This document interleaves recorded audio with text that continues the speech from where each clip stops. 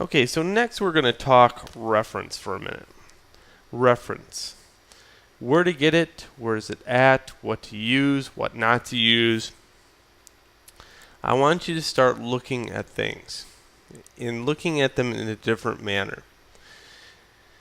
Right now, you always, as probably an artist, at least as I know as students go, what they do is they look for the insurmountable amounts of detail on things and then concentrate on the detail. They totally blow the idea of the base completely off, where what is the detail sitting on. They'll look at the nuts, the bolts, the rivets, the actual chainmail, the intricacies of a sword handle, all those good things, but they never look at the overall shape it sits on.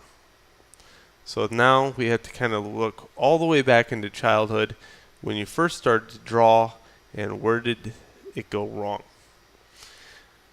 And the fact is, you are now drawing digitally, not analog. That means that you are actually drawing on a Wacom drawing tablet and looking at a screen. That's a big, big, huge difference between looking at your pencil and then your paper. Okay, so we have to kind of work all the way backwards. So if you're a pro at drawing traditional art, I don't care if you are a pro, you're going to have a little bit of a learning curve ahead of you to kind of learn how to go digital. I was a tattoo artist for 8 years. I was an artist all my life, but only when I started picking up digitally did I feel like I was a total failure at art, because it felt like I was drawing with a crayon at the age of 1. You don't even know what a crayon is, let alone not to shove it up your nose, right? So what I'm going to do here is kind of look at first reference in this video. Okay, first area is scribed. SCRIBD. Scribed. Okay? Scribe.com is where old books go to die. It is great. So great.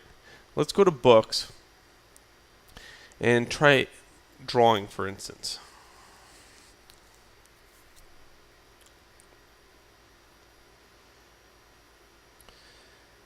This might take a second. Whoa. Okay. So here we go. We got everything from Andrew Loomis.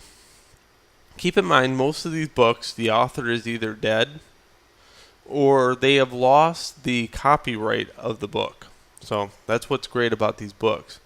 You can use these in any publication. I've seen them even like Loomis's work. Poor Loomis. This guy, as a kid, in fact, this is mainly how I learned to draw, was Loomis. I stumbled across one of his books once as a kid, probably by the age of, I think, 10 or 11 or 12 or something like that, and I loved the thing, okay? He was an artist back in the 1920s when they didn't have the ability to take pictures, pictures were a little more expensive, so what they would do, they would have Loomis draw models with some kind of figure drawing, some kind of outfit on, and then they would sell that outfit in like J.C. Whitney or Sears, Roebuck. He was a very, very, very detailed artist. So he laid out all the principles of art and all the measurements of the human body and everything down pat. Very detailed structure. I loved it. So, if you were not subject to these books, you probably went your own way. And you probably went away where you probably downloaded a picture and tried to draw it. And you never understood how forms and shapes come into play, as you can see here. Okay, here's like the back of a guy, or here's the shoulder. So this is the one large form. It goes in here, another form, and these forms all play together to make the human body. Pretend we're not even learning about drawing the human body at this point. We're talking about shape. Okay? Now, so if you look through here, if you look through these great many books in your spare time, absorb everything around you, download these, print them out, look at them, be acquainted with them, keep them in mind everywhere you go. And that's a good path to follow.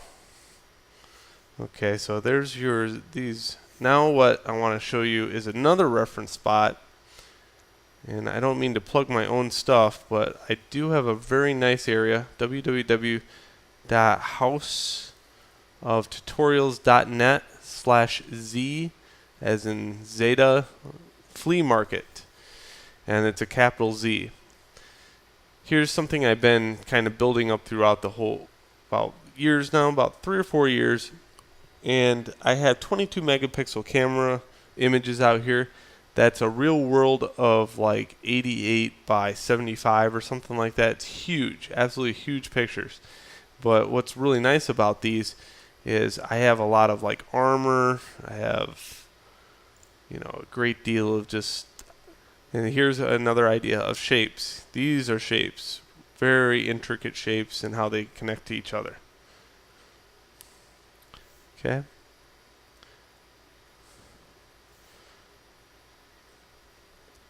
Okay, let's also go into Google and type in Flickr. Flickr. Flickr. Flickr is a photo place. I love it. If you go to Flickr blog, you'll find all kinds of crazy pictures all over the world. And in these, they have all kinds of good shapes. Here's a little tree frog. Cattle, moose, you name it, caribou, elephants, giraffes. Love it. Lots of shapes, lots of shadows. Look at these silhouettes. Very nice.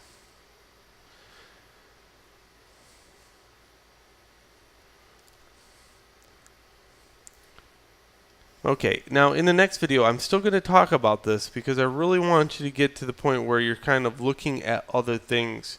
Not just things around you, but taking in a whole bunch of ideas before you go into this next assignment. So go on to the next video.